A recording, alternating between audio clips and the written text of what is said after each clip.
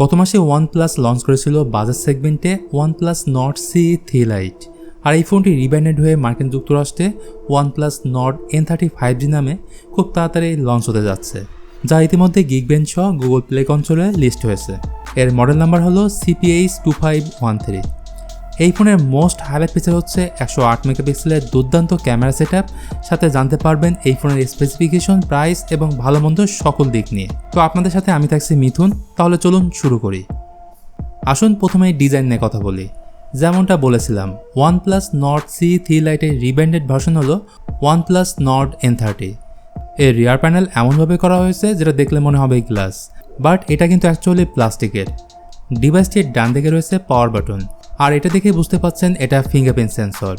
এর ঠিক নিচে রয়েছে speaker grille, USB Type-C port, microphone, 3.5mm audio jack. বাম দিকে রয়েছে volume rocker and SIM card tray, আর উপরে পাবেন নয়েজ ক্যান্সেলিং মাইক। কিন্তু এই ফোনে দেওয়া হয়নি অ্যালার্ট স্লাইডার বাটন। ওকে, এবার ডিসপ্লে নিয়ে কথা বলি। এখানে থাকছে 6.72 ইঞ্চির FHD+ 120Hz ফাস্ট রিফ্রেশ যুক্ত IPS LCD ডিসপ্লে, যেখানে রয়েছে 240 Hz টাচ স্যাম্পলিং রেট। আর যদি বলি ব্রাইটনেস নিয়ে, এখানে থাকছে 680 নিটসের পিক ব্রাইটনেস। তো এই ডিসপ্লেতে অ্যামোলেড প্যানেল থাকলে আরও বেটার হতে পারত। যাই হোক, এবার কথা বলবো এই ফোনের হার্ডওয়্যার অ্যান্ড স্পেক্স নিয়ে। এখানে থাকছে Qualcomm Snapdragon 695, যেটি 6nm বেস 5G চিপসেট। রয়েছে 8GB LPDDR4X র্যাম এবং 128GB 256GB UFS 2.2 স্টোরেজ। এর আনফ্লো স্কোর প্রায় 4 লাখের উপরে। আবার গেমিং নিয়ে বললে পাবজি হাই সেটিংসে ম্যাক্স ফ্রেম রেটে গেম স্মুথলি খেলতে পারবেন। এছাড়া এই ফোনে রয়েছে 5000 mAh ব্যাটারি এবং এর সাথে পাবেন 67 ওয়াটের ফাস্ট চার্জার, যা 0 থেকে 80% চার্জ করতে সময় নেবে প্রায় 30 মিনিট। অপারেটিং সিস্টেম নিয়ে বললে এখানে রয়েছে OS 13.1 বেসড অন Android 13।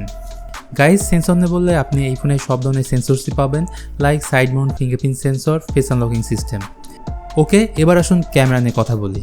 এখানে রয়েছে ট্রিপল ক্যামেরা সেটআপ, যার মেইন ক্যামেরাটি 108 মেগাপিক্সেল স্যামসাংয়ের SM6 সেন্সর এবং বাকি দুটি 2 মেগাপিক্সেলের ডেপথ অ্যান্ড ম্যাক্রো সেন্সর রয়েছে।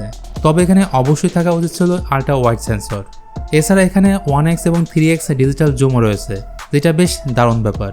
আর ফ্রন্ট সেলফি ক্যামেরাটি 16 মেগাপিক্সেলের। ভিডিওগ্রাফি নিয়ে বললে এর রিয়ার ক্যামেরা দিয়ে আপনি সর্বোচ্চ 1080p 30fps ভিডিও শ্যুট করতে পারবেন। চলুন এবার কথা বলি এই ফোনের প্রাইস এবং লঞ্চ ডেট নিয়ে। ফোনটি লঞ্চ হবে জুন মাসে এবং এর এক্সপেক্টেড প্রাইস 25,000 টাকার আশেপাশেই হবে। সো গাইজ, আজকের ভিডিওটি এখানেই শেষ করতে হচ্ছে। ভিডিওটি ভালো লাগলে please hit the like button, share করতে পারেন আপনার বন্ধুদের সাথে। আজকের মতো আমি মিথুন এখানেই বিদায় নিচ্ছি। সবাই ভালো থাকবেন।